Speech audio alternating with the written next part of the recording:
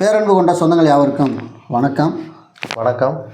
இன்றைக்கி நம்ம ஒரு முக்கியமான தகவலை பேச போகிறோம். கிட்டத்தட்ட ஒரு 3 வருடத்திற்கு முன்பதாக நம்ம ஒரு வீடியோ பதிவு பண்ணியிருந்தோம். என்னென்னா, ஒரு எஃப்எம்பியோட 4 பக்க அளவீடுகளை நம்ம எப்படி கணக்கீடு செய்வது, அதில் சதுர மீட்டராக கொடுத்துருப்பாங்க, மீட்டர் கணக்கில் எழுதியிருப்பாங்க. நம்ம அதை எப்படி சென்டாக கன்வெர்ட் பண்ணுறது அப்படின்னு ஒரு வீடியோ பதிவு பண்ணியிருந்தோம். பெரும்பாலும் 2 நில அளவைகள் பெரும்பாலும் இருக்குது. ஒன்று பார்த்திங்கன்னா, இந்த நத்த நிலங்களுக்கு ஸ்கொயர் ஃபீட்டில் அளவீடு இருக்கும்.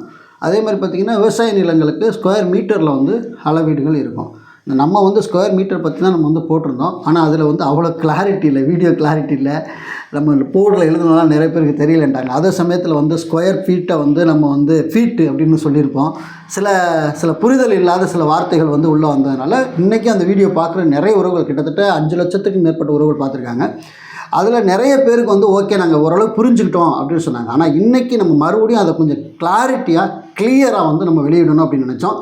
ஸோ அதனால் ஒரு எஃப்எம்பியே நம்ம கையில் எடுத்துக்கிட்டு அந்த எஃப்எம்பியில் 4 பக்க அளவீடுகளை இது ஒரு என்ன சொல்கிறோம் அப்படின்னா, அக்யூரேட்டாக நம்ம பார்க்க முடியும்னு இல்லை, ஒரு அப்ராக்சிமெண்ட்டாக ஒரு கணக்கை நம்மளால் தெரிந்து கொள்ள முடியும் இந்த கணக்கை பார்த்தோம்னா. அதனால தான் நம்ம கூட அவர் போர்டில் நல்லா ரைட் பண்ணுவார். அதனால் இப்போ சமீப காலமாக ரியல் எஸ்டேட் சம்மந்தமாக படிச்சுக்கிட்டு இருக்கார் தீவிரமாக.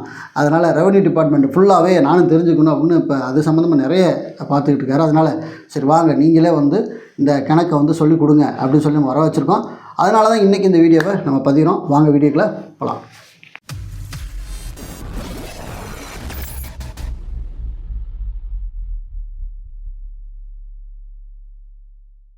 வணக்கம் பாலா. வணக்கம். நீங்கள் இந்த அளவீடுகளை நம்ம அந்த அளவு முறைகளை சொல்லிவிட்டு அதுக்கப்புறம் நீங்கள் இந்த எஃப்எம்பியில் இருக்க அந்த அளவீடுகளையே நீங்கள் போட்டு காட்டி கரெக்டாக மேட்ச் ஆகுதா அப்படிங்கிறத உறவுகளுக்கு ஒரு கிளாரிட்டியாக நீங்கள் இந்த போர்டில் கொஞ்சம் நீங்கள் சொல்லிக் கொடுத்தீங்கன்னா கொஞ்சம் நல்லா இருக்கும்னு நினைக்கிறேன். இடையில சந்தேகம் வந்துச்சுன்னா நானும் கேட்குறேன். எனக்கு சந்தேகம் தான், அவர் எழுதும்போது அவங்கள்ட்ட கேட்டுக்கிறேன். இல்லை நம்ம ஏன்னா இப்போ எங்கே போக போகிறோம்னா, இப்போ இருக்கிறதுல 3வது போக போகிறோம், 3ஆம் கிளாஸ் படிக்க போகிறேன். 3ஆம் கிளாஸ்லேயே இப்போ பெருக்கல் கணக்கு சொல்லி கொடுத்துறாங்க, கூட்டல். ஆனால் எதுக்கு பயன்படுத்துறது தான் சொல்லிக் கொடுக்கல. நம்ம இருக்கும்போதே சொல்லிக் கொடுக்கல அது. ஆனால் ஏதோ மார்க் வாங்கணும் அப்படின்னு சொல்லி தான் படித்தான், பரப்பளவு சுற்றளவு எல்லாத்துக்கும். ஆனால் இப்போ தான் அது எதுக்கு யூஸ் பண்ணுறோன்னு இப்போ தான் தெரிஞ்சுக்கிறோம். கண்டிப்பாக எத்தனை ஒரு 36 வருஷத்துக்கு அப்புறம் இப்போ தான் தெரியுது எதுக்காண்டி அது படித்தோம்னு. அதனால் இப்போ நம்ம பழைய நிலைமைக்கு போகிறோம். ஓகே சரியா? இப்போ ஒரு எஃப்எம்பி எடுத்திருக்கோம். அதாவது எஃப்எம்பியில் மேலே என்னென்ன இருக்குன்னு சொல்லிடுங்க. மேக்ஸிமம் நம்ம மாவட்டம் இருக்கும், மாவட்டம், எந்த வட்டத்தோட பேர், நம்மளுக்கு எந்த வருவாய் கிராமமோ அது, பட் அதோட நம்பர், ஒவ்வொரு வருவாய் கிராமத்துக்கு ஒரு நம்பர் இருக்கும், அந்த நம்பர் இருக்கும். Okay okay. இப்போ அதுக்கு சைடில் ரைட் சைடு பார்த்தீங்கன்னா, இப்போ நம்ம சொன்னோம்னா லெஃப்ட் சைடுக்கு இருக்கும், ரைட் சைடு பார்த்தீங்கன்னா புல எண் இருக்கும், அதாவது சர்வே எண், அதோட உட்பிரிவு அதிலே சேர்ந்து வந்துடும். அது மாதிரி பரப்பளவு ஹெக்டேர் ஏர்ஸில் தான் இருக்கும். ஹெக்டேர் ஏர்ஸில் ஹெக்டேரில் இருக்கும், ஏர்ஸில் இருக்கும். Okay okay. அளவு பார்த்தீங்கன்னா அந்த எப்படி சொன்னோம்னா மீட்டர் அளவு, அந்த அளவு இல்லைங்க, அதாவது சங்கிலி அளவா, அந்த பாயிண்ட் ஒவ்வொரு கிராமத்தில் ஒவ்வொரு அளவு வச்சு தான் அளந்துருப்பாங்க. அந்த சங்கிலி அதோட அளவு வச்சுருப்பாங்க. அதில் இந்த எஃப்எம்பியில் நம்ம டவுன்லோட் பண்ணோன்னா இதில் வடக்கு கிழக்கு மேற்கு எப்படி கண்டுபிடிக்கிறது? இதில் அந்த ஒவ்வொரு எஃப்எம்மே அதில் போட்டிருப்பாங்க. அதாவது மேல் சைடு பார்த்தீங்கன்னா நார்த்து தான் பெரும்பாலும். இது பெரும்பாலும் பேப்பரோட ஏர்போர்ட்ஸுக்குள்ள மேற்பக்கம் நார்த்து, ஓகே, கீழே அப்படியே ஆப்போசிட்டு சவுத்து. ஓகே. அதோட ரைட் சைடு எடுத்துக்கிட்டீங்கன்னா நம்ம நிற்கிற ஒவ்வொரு சைடும், அதாவது நான் இப்போ எனக்கு ரைட் சைடு மேலே நார்த்துனா அதோட லெஃப்ட் சைடு, அது சைடு இந்த சைடில் நின்று பார்த்தோம்னா லெஃப்ட் சைடு ஈஸ்ட் கிழக்கு வந்துடும். Okay okay okay okay okay. அதோட ரைட் சைடு பார்த்தீங்கன்னா மேற்கு வெஸ்ட் வந்துடும். ஓகே. அது மாதிரி இது எஃப்எம்பி நார்த் ஈஸ்ட் வெஸ்ட்டு சவுத்தாக கனெக்ட் பண்ணுறது நம்மளுக்கு. ஆமாம், இப்போ இந்த பொசிஷன் வச்சு பார்த்தா தெரியும் நம்மளுக்கு. Okay okay. இது இந்த இப்படியே பார்த்தீங்கன்னா இது வடக்கு, இது தெற்கு நம்மளுக்கு, இது கிழக்கு, இது மேற்கு, அந்த மாதிரி இருந்துடும். ஓகே. இப்போ அந்த எஃப்எம்பியை வரைஞ்சி அதே மாதிரி நம்ம எந்த இதில் இந்த டவுன்லோடு பண்ணுறோமோ அந்த டேட்டு நேரம் எல்லாமே அதில் கரெக்டாக காட்டும். இந்த நேரத்தில் எந்த தேதியில் டவுன். ஆமாம். அதே மாதிரி ஒரு சில இந்த தமிழில் எது பார்த்தோம்னா அதில் போட்டிருப்பாங்க, இது வெரிஃபிகேஷன் பண்ணுறதுக்கு டிஜிட்டல் கணினிமயமாக்கப்பட்டது, வெறும் தகவலுக்காக மட்டும்தான் போட்டிருப்பாங்க. இது பற்றி மேற்கண்ட புகார்கள்லாம் ஆஃபீஸை தொடர்புகளும் போட்டிருப்பாங்க. ஏன்னா அவங்களுக்கே அது சந்தேகம், இது கரெக்டாக இருக்கா என்னென்னு.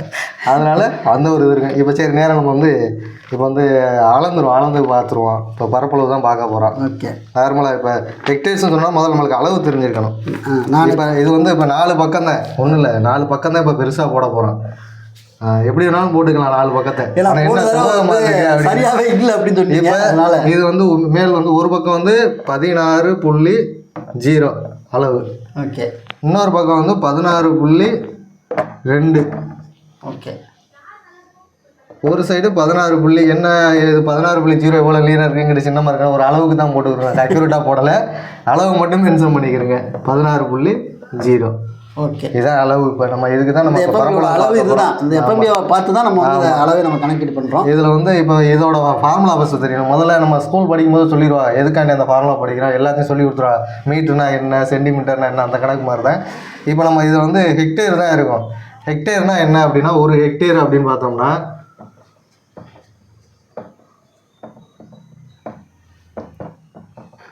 247 சென்ட். ஒரு ஹெக்டேர்னா 247 சென்ட் ஒரு ஹெக்டேர். ஆமாம். நம்ம நார்மலாக ஒரு ஏக்கர் கணக்கு நிறையா பேசியிருப்போம். நிறையா சைடு ஏக்கரு, ஒரு சைடு மா கணக்கு பேசுவோம். 300 மானா ஒரு ஏக்கரு. அது மாதிரி இதில் சென்ட் கணக்கில் பார்க்கும்போது வந்து ஒரு ஏக்கருக்கு 100 சென்ட். Okay, 100 send. ஓகே. இப்போ வந்து அதே மாதிரி ஒரு ஏர்ஸு, இப்போ ஏர்ஸு கணக்கு இதில் வருது, நம்ம ஏர்ஸும் தெரிஞ்சுக்கணும். ஒரு ஏர்ஸ் வந்து 2.47 சென்ட். ஓகே, ஒரு ஏர்ஸ்னா 2.47 சென்ட். இது 3 தெரிஞ்சாவே போதும். நம்ம ஈஸியாக ஒரு சென்ட் அப்படின்னாலும் ஒரு சென்ட்டை போடுங்க. ஒரு சென்ட்டுனாலும் 436 ஸ்கொயர் ஃபீட். இன்னும் ரெண்டும் கலந்து வருது, 436 ஸ்கொயர் ஃபீட். ஆமாம், அது வந்து சென்ட். நீங்கள் ஸ்கொயர் ஃபீட்னா அது சென்ட்டுக்கு இந்த அளவு சொல்கிறோம், வேறு ஒன்றும் இல்லை. ஓகே, ஒரு சென்ட்டுனா 435 சம்திங் வரும். அது 436 ஸ்கொயர் ஃபீட் சதுர அடி. ரைட், இது 4 இது போதும். இப்போ என்னென்னா நம்ம இதுக்கு இப்போ பரப்பளவு தான் பார்க்க போகிறோம். பரப்பளவு எப்படின்னா அளவு வேறு வேறையாக இருக்கும். ஒரு சிலது இது ஓரளவு மேட்ச் ஆகி வர்றதுனால இப்படி தெரியும்.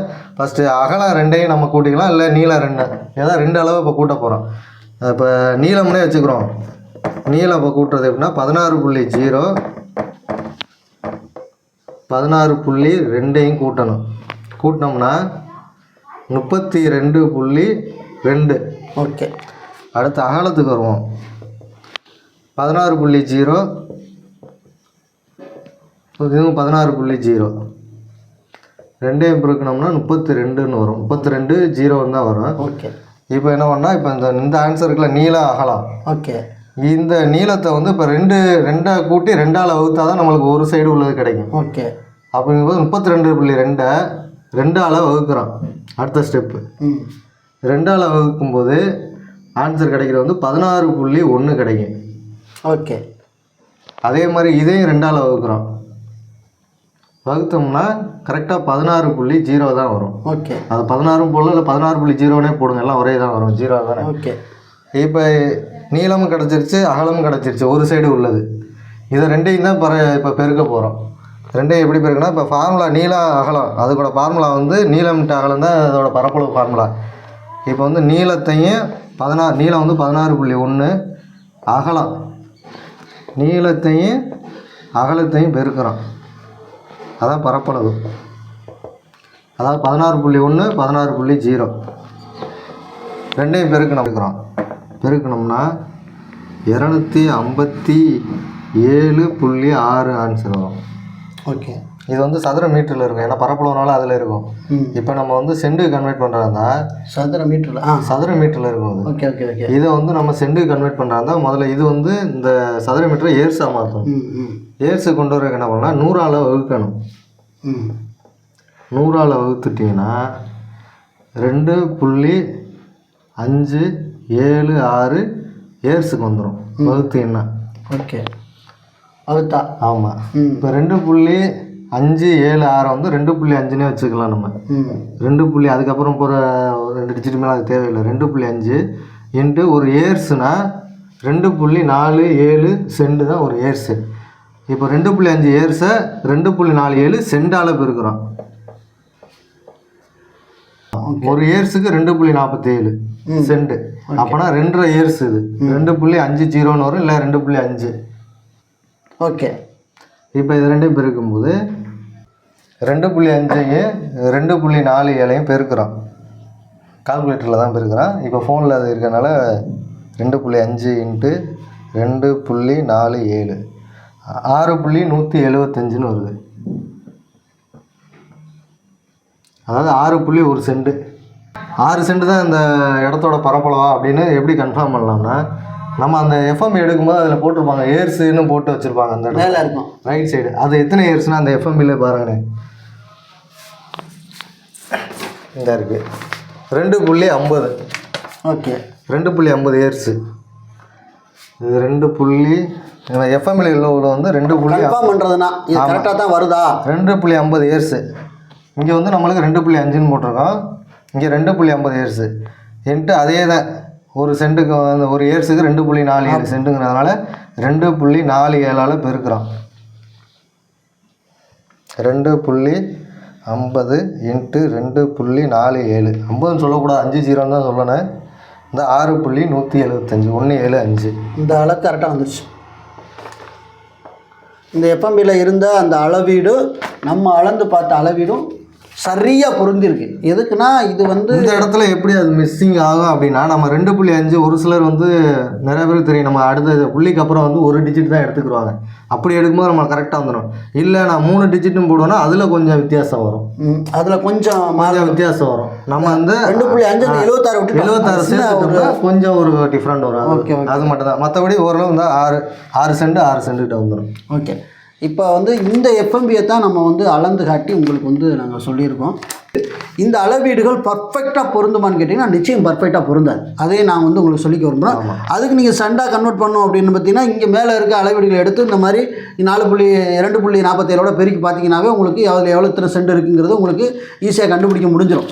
ஸோ நீங்கள் அப்படி வந்து நீங்கள் தெரிந்து கொள்ளலாம். அப்படி இல்லை இந்த இதை வந்து 2 முக்கோணமாக பிரித்து ஒரு எஃப்எம்பி வந்து 2 முக்கோணமாக 4 அளவுனா 2 முக்கோணமாக பிரித்து இந்த சைடு ஒரு அளவு இந்த சைடு ஒரு அளவு அப்படி தான் அளப்பாங்க. சர்வே பண்ணும்போது அப்படி தான் அளப்பாங்க. அதான் விதிமுறை. பட் நம்ம ஒரு அப்ராக்சிமேட்டாக இருக்கணுங்கிறக்காண்டி உங்களுக்கு நாங்கள் சொல்லிக் கொடுத்துருக்கோம். அவ்வளோதான், வேறு ஒன்றும் கிடையாது. அது நம்ம ரிஸ்க் எடுத்து கூட நம்ம இன்னொரு நாளில் ஒரு வீடியோவே நம்ம இல்லை. அதோட ஃபார்முலா முக்கோணத்துக்கு பார்த்தீங்கன்னா அரை BH தான் பரப்பளவு. அதை பார்த்து இதே செய்யலாம். ரெண்டையும் நீங்கள் 2 முக்கோணத்தையும் இது இப்போ ஒன்றுமே இல்லை இருக்குல்ல. இந்த இதையே சொல்லிடுவோம், அதையும் சொல்லிடுவோம். அவங்க மக்கள் அதை செஞ்சு பார்த்துட்டு நம்மளுக்கு கமெண்டில் போடுவோம். சரி, ஓகே. இப்போ இதை 2 முக்கோணமாக எடுத்துக்கலாம். அப்படி ஓகே, இது ஒரு முக்கோணம், இது ஒரு முக்கோணம், இது ஒரு முக்கோணம். இதுக்குள்ள ஃபார்முலா வந்து இந்த ஃபார்முலா பயன்படுத்துங்க. அரை BH. வீணா கீழே, அதாவது ஹைட்டு வந்து இது உயரத்தில் வந்துடும். இப்போ இதை நம்ம முக்கோணம் எடுக்கும்போது இது ஹெச்சாக வந்துடும். இந்த உயரம் ஹெச்சு. இது பர்த்து BHன்னு எடுத்து ஒரு அளவில் 16.02 16.0 எடுத்து பெருக்குனீங்கன்னா இந்த ஃபார்முலா போட்டு செஞ்சீங்கன்னா அதோட பரப்பளவு வந்துடும். அதே மாதிரி இந்த இதுக்கு எடுத்துக்கிட்டிங்கன்னா இதை ஹைட்டாக வச்சுக்கிறோங்க ஹெச்சு, இதை பெருத்தாக வச்சுக்கிறோங்க. 16.0 16.0 பெருக்கி வரும்ல, அதை இந்த ஃபார்முலா போட்டு போயிருங்கன்னா ரெண்டையும் கூட்டுங்க. கூட்டிகிட்டு வர்ற பரப்பளவு வந்து 100ஆல் டிவைட் பண்ணுங்கள். வகுக்கணும். வகுத்துட்டீங்கன்னா அது ஏர்ஸில் கிடைக்கும். ஏர்ஸில் வரும்போது அதாவது ரெண்டு பரப்பளையும் கூட்டிடணும். கூட்டிட்டு 100ஆல் வகுத்தீங்கன்னா அதை வந்து அதில் வரக்கூடிய ஆன்சரை 2.47 சென்ட் போனால் அதுவும் இதே ஆன்சர் தான் வரும். இதை வந்து நம்ம இப்படி வந்து நம்ம கூட்டி பிரித்ததை இப்போ என்னென்னா 2 முக்கோணம் பிரித்து இதையும் அப்படி சொல்லி இந்த ஃபார்முலா தான் சொல்லியிருக்காரு. அரை BH அந்த ஃபார்முலாவில் நீங்கள் பண்ணிங்கன்னா உங்கள் ஈஸியாக வந்து இன்னும் கொஞ்சம் ரொம்ப கிளாரிட்டி கிடைக்கும். இந்த டிஃப்ரெண்ட் இருந்தால் அது மேட்ச் ஆகும். அதில் முக்கோண பிரிவில் வந்து மேட்ச் ஆகும். ஸோ அதனால் வந்து அதை நீங்கள் ஃபாலோ பண்ணிக்கோங்க. இது ரொம்ப தெளிவாக இருந்துச்சு அப்படின்னு சொல்லக்கூடிய உறவுகள் உங்களுடைய கமெண்ட்டுகளை இதில் தெரிவிங்க. மீண்டும் ஒரு நல்ல தகவலோடு நாங்கள் வேறொரு வீடியோவில் சந்திக்கணும்னு நினைக்கிறோம். நன்றி, வணக்கம். நன்றி.